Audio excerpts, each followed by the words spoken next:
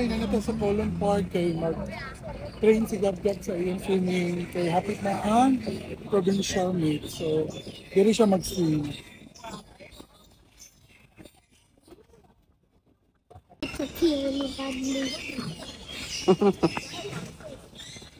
Me too. I've been holding for it for like 30 minutes. There's the toilet here. So that's the Colon Park.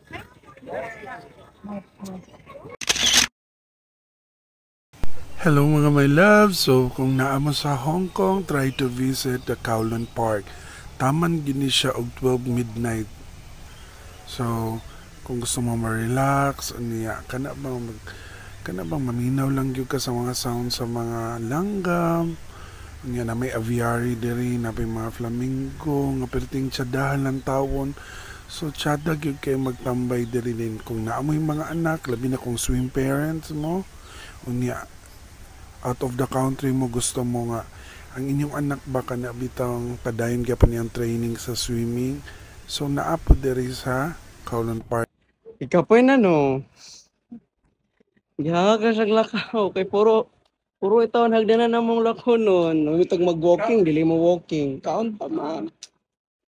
Oh, nandun na pragdanan. Nakuya pa niya ang tawa.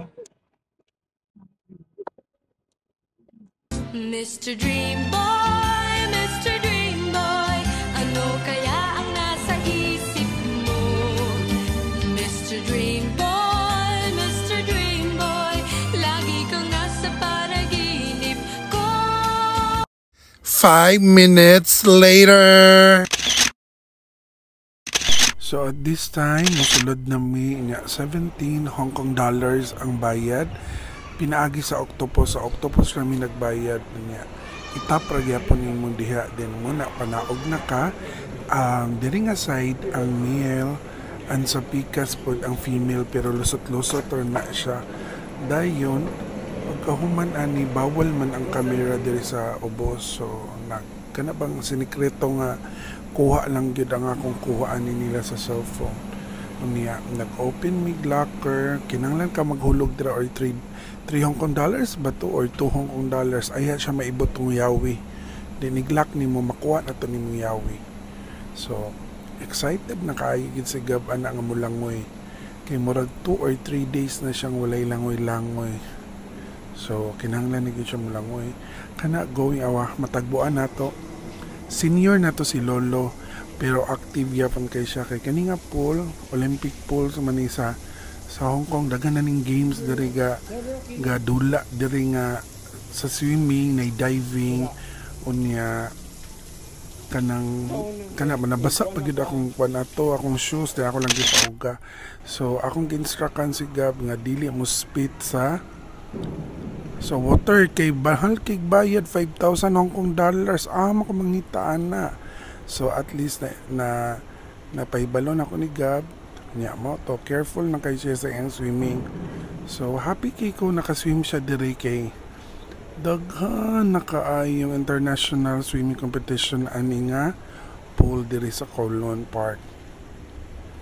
So as a parent proud kay ko happy kay ko nga nakaswim si Gab diri.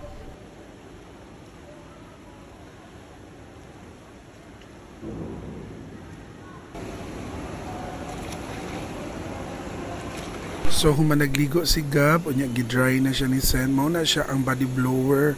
Pwede na siya pwede siya paubsan, pwede siya patasan niya. Si Gab gusto gyapon siya magtualya siya pero natingala siya kay mga tao diri sa iyang atubangan wala nang ginagtualya. Nya nagkatawa siya kay nakita siya naigahubo unya normal naman na siya diri.